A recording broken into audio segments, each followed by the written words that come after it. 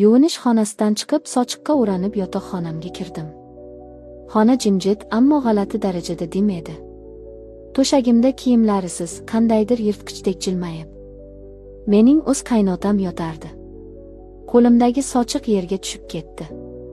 Men baqirmoqchi bo'ldim, lekin ovozim chiqmasdi. Qochishga urinma, dedi u xotirjamlik bilan. Qaynonangga uzoq uxlaydigan dori ichirganman. U senga kirmaydi. Endi sen faqat meniksan. O'sha tunda mening qizlik, kelinlik, insonlik g'ururim abadiy tuproqqa qorildi. Assalomu alaykum, sirlarini tun qorong'usida o'z qalbida qulflab yashaydigan sabotli va dardli azizlarim. Qalbining tubida aytilmagan so'zlari, yashirin jarohatlari bor insonlar, hikoyachi Momo kanali sizni yana bir mudhish va ochiq iqrorga chorlaydi. Bugun men sizga ota-ona oriyatini deb o'zini do'zax oloviga ongli ravishda otgan, ammo oxir-oqibat o'z kulidan qayta tug'ilgan ayolning faryodini so'zlab beraman. Qulayroq joylashib oling. Bu shunchaki hikoya emas. Bu tirik qolish uchun berilgan eng og'ir darsdir. Biz boshladik. Mening ismim Shahnoza. Toshkent viloyatining So'lim bir qishlog'ida ota-onamning erkatoyi bo'lib katta bo'ldim. Ular qattiqqo'l, o'z obro'sini hamma narsadan ustun qo'yadigan, el-yurt oldida bularning qizi undoq ekan, bundoq ekan degan gaplardan o'lgudek qo'rqadigan odamlar edi. Kunlarning birida bizning mahallamizdagi eng boy, eng ko'zga ko'ringan oilalardan biri, qo'shnimiz Qahhor akaning uyidan menga sovchi keldi. Qahhor aka katta savdogar, uning o'g'li Aziz esa shifokor yigit edi. Hamma menga havas bilan, ba'zilar hasad bilan qaradi. Shahnoza tayyor qasrga tushdi-ya, deyishdi. Ota-onam darhol rozi bo'lishdi. Men qandaydir xavotirda bo'lsam-da, ular oqil, o'qimishli odamlar, yomon bo'lmas deb o'yladim. Tez orada juda katta dabdabali to'y bo'lib o'tdi. Men Aziz bilan yaxshi munosabat o'rnatdim, u juda sokin va e'tiborli yigit edi. Ammo bizning baxtimiz, asalli kunlarimiz atigi 3 oy davom etdi. Azizni mutaxassisligini oshirish uchun uzoq muddatga Germaniyaga o'qishga yuborishdi. U ketsa ham, men qaynota-qaynonam xizmatini qilib, duo olib o'tiraman, deb soddalarcha kutib qoldim. Erim ketgandan keyingi kunlar juda sovuq va zerikarli o'ta boshladi. Qaynonam doim o'zining dugonalari bilan qandaydir tadbirlarda bo'lardi. Qahhor aka esa ko'p hollarda uyda qolardi. Avvaliga uning menga bo'lgan munosabatida hech qanday yomonlik sezmadim.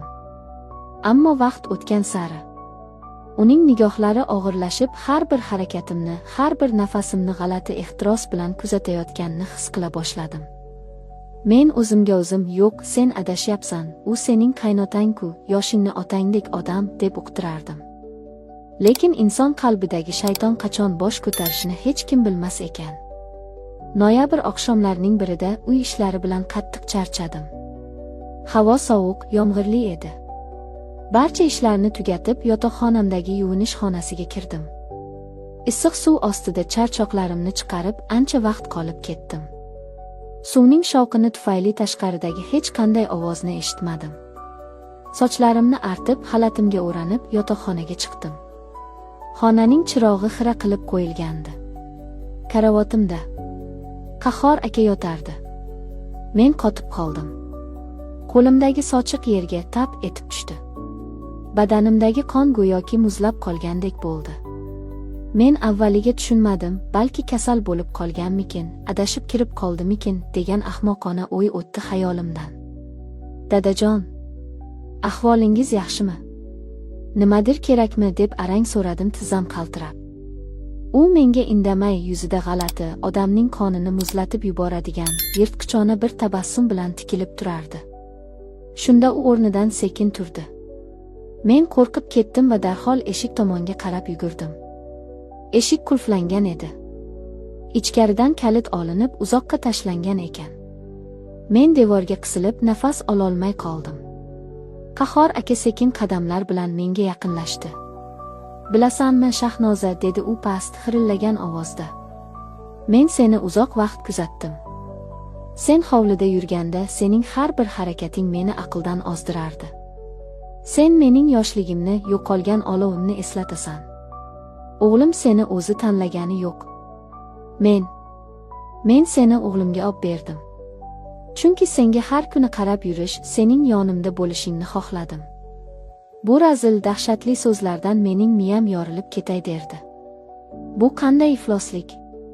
Dadajon, Xudodan qo'rqing. Men sizning keliningizman.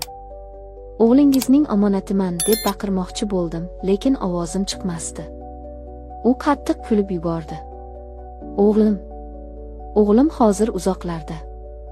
Qaynonang esa. U hozir shunday qattiq uxlab yotibdiki, hatto tepasida to'p otsang ham uyg'onmaydi. Men uning choyiga yetarlicha uxlash dorisi qo'shganman. Bu uyda hozir faqat ikkimiz bormiz. Faqat sen va men. U mening sochimdan qattiq changallab o'ziga tortdi. Men baqirib uni itarib yubormoqchi bo'ldim. Lekin u shunday kuchli, shunday yovvoyi ediki. Men yig'lar, yolvorar, Xudoni chaqirardim. Iltimos, bunday qilmang, sharmanda bo'lamiz. Akalarim biladi deb yalinardim.